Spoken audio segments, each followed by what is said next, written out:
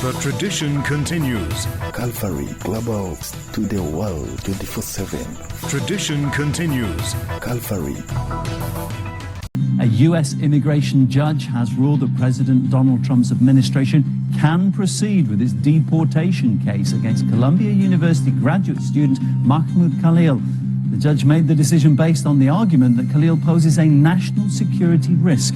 The Palestinian activist who was arrested in New York City last month is a prominent figure in the pro-Palestine demonstrations at the school. The court has decided that lawful permanent residents can have their status revoked for pro-Palestine advocacy.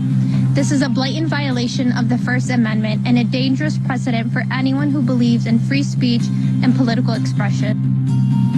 At least 22 Palestinians have been killed in the latest Israeli strikes across Gaza on Friday. Most of those took place in the south around Israel's newly established Morag corridor that separates Khan Yunis and Rafah.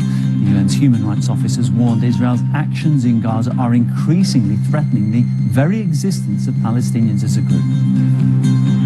Unfortunately, the ceasefire collapsed, and we are now finding ourselves in a situation that I have to describe as hell on earth. It is extremely dangerous for the population to move.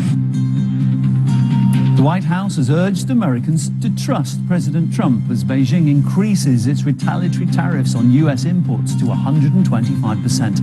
White House Press Secretary Caroline Leavitt says that the U.S. is the biggest economy and can't rely on countries like China. She added that the president rewarded countries that didn't retaliate by pausing tariffs for 90 days and that now it's up to China to decide if it wants a deal. U.S. Special Envoy Steve Witkof has met with Russian President Vladimir Putin in St. Petersburg as Washington pushes for a ceasefire in Ukraine. The visit comes a day after the U.S. and Russia exchanged prisoners in a move to improve relations which had sunk to their lowest since the Cold War.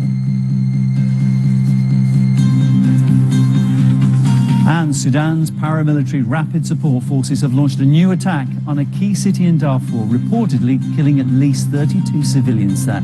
According to an aid group, they bombarded North Darfur's capital city, El Fasher, with artillery shells, sniper rounds and drone strikes. There are reports that at least 10 children were among those killed.